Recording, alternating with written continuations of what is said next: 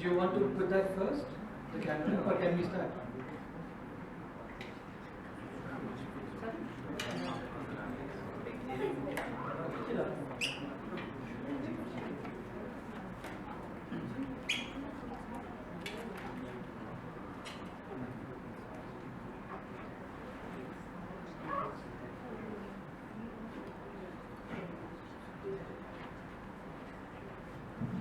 Thank you. Thank you for the introduction.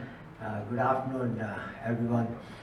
To begin with, I would like to extend a very warm welcome to each and every one of you, in the audience, the invited guests, and also my co-panelists for making time this afternoon to join this event.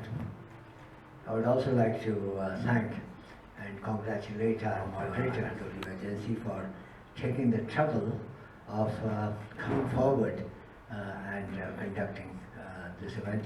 I would regard your forthcomingness to do this as your contribution of creating greater awareness in Turkey.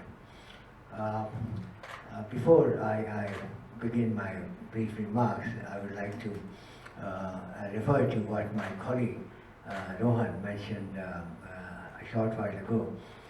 It was a short but yet fairly comprehensive description of what brings us together here. I'll pick up on one point he mentioned, and that refers to the UN resolution. It was about 2 years ago that the United Nations General Assembly adopted this resolution, declaring 2023 as the International Year of Millet. It was at India's initiative, for understandable reasons. When we did what we did during that process, it was essentially driven by and guided by our convictions that the whole issue of food security, it is something which has a very high level of urgency. Update, which is 207 million more than it was in 2021. And this is also impact many households not having enough food to eat on a daily basis. According to our information, and when I say our, I meant both World Food Programme and the Food and Agriculture Organization, 49 million people in 49 countries are on the edge of famine.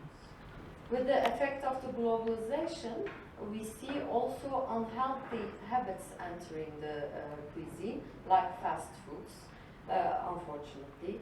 So the Turkish people's diets, according to the National Nutrition Council's last report, is not very promising because 1 out of 3 people in Turkey are obese.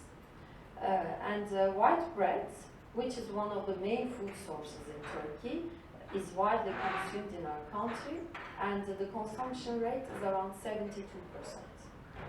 So currently, unhealthy eating habits are outpacing the healthy eating habits in our country and also in most regions around the world. This unfavorable shift is how we consume the food can be linked to the way we are living these days. We have a lot of pressure on our shoulders with time pressure.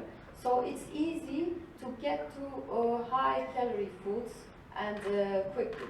So obesity is a serious problem. Foods high in fats, sweeteners, and they don't eat unrefined whole grain foods. They're not consuming these. Vegetables and also fruits are not consumed as they should be. And also in Turkey, income, in cost of living, individual preferences, and beliefs are affecting these choices. So crop like people. Another important reason to welcome them is because they're climate hero ingredients. In Turkey, we also need that, with, as Fazıl Bey mentioned, with this kind of climate changing. And a drought-resistant crop. It's also very nutritious, and more than the refined grains we use in the white breads in Turkey, which are mostly consumed.